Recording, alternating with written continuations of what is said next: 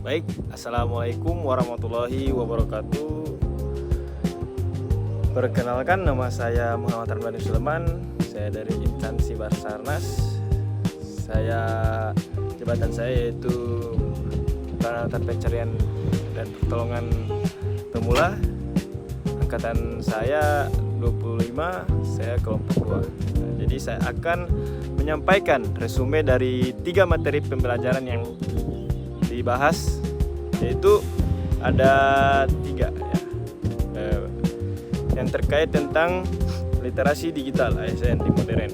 Yang pertama yaitu pentingnya literasi digital bagi ASN, dan yang kedua itu kasus kebocoran data ASN di BKN, dan yang ketiga kasus penipuan deepfake AI oleh Polda Jawa Timur. Yang pertama, literasi digital di lingkungan ASN. Isu pertama yang membahas tentang kurangnya kesiapan ASN, terutama yang berusia di atas 41 tahun, dalam menghadapkan digitalisasi. Banyak ASN yang masih nyaman dengan cara kerja lama, takut mencoba hal baru, dan kurang pelatihan teknologi. Akibatnya, pelayanan publik menjadi kurang efektif. Solusinya adalah meningkatkan pelatihan literasi digital, menyediakan fasilitas digital memadai, serta melakukan pendampingan bagi ASN yang masih kurang paham teknologi.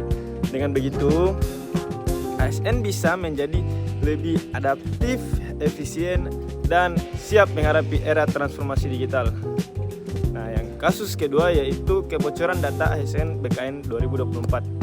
Kasus ini terjadi pada Agustus 2024. Sekitar 4,7 juta data ASN dari sistem satu data ASN BKN bocor dan dijual di forum hacker. Nah, pelakunya adalah seorang guru honorer yang memanfaatkan kredensial admin yang celah sistem. Data yang bocor mencakup nama, NIK, alamat, dan jabatan ASN. Sangat ya. Dampaknya cukup serius. Privasi ASN terancam, kepercayaan publik menurun, dan muncul risiko penyalahgunaan data, menyebabkan antara lain lemahnya sistem keamanan, kurangnya audit, dan rendahnya kesadaran etika digital. Nah, pelajaran yang bisa diambil di kasus kedua ini, keamanan data bukan hanya tugas teknis, tapi juga tanggung jawab dan moral ASN untuk menjaga integritas lembaga dan kepercayaan masyarakat. Bagian ketiga yaitu kasus deepfake AI kepala daerah. Polda Jatim 2025. Kasus ketiga ini terjadi saat 3 pelaku membuat video palsu atau deepfake menggunakan wajah kepala daerah untuk menipu masyarakat dengan modus jual beli motor murah.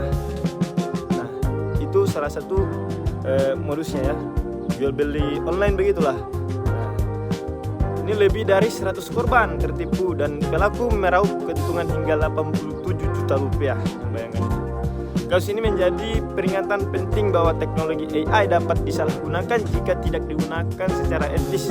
ASN dan masyarakat perlu meningkatkan literasi digital agar mampu mengenali konten palsu, memverifikasi informasi, serta menjaga keamanan data pribadi. Itu yang kita sudah bahas tadi. Nah, ini saya akan menjelaskan kesimpulan secara umum ya. Dari ketiga materi ini kita pelajari bahwa menjadi smart ASN bukan hanya tentang menguasai teknologi, tetapi juga tentang sikap dan tanggung jawab dalam menggunakan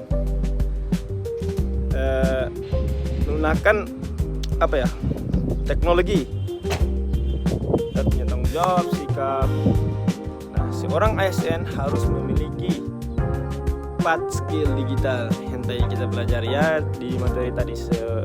Ada 3 presenter. Nah, 3 ini kita mengharapkan digital skill ini, literasi digital, di mana ada 4 digital skill: kemampuan menggunakan teknologi secara efektif, digital culture, budaya digital yang positif dan kolaboratif, digital etika dan tanggung jawab dalam dunia digital, digital safety, kesadaran menjaga keamanan data dan privasi.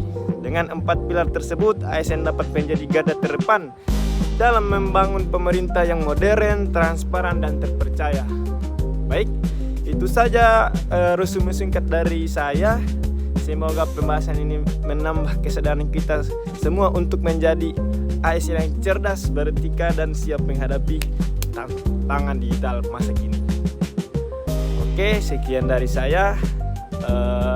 Kita slogan dulu.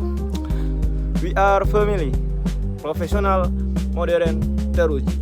Afiknam, jagat, samagram. Semoga selamatlah alam semesta. Sekian, terima kasih dari saya. Wassalamualaikum warahmatullahi wabarakatuh.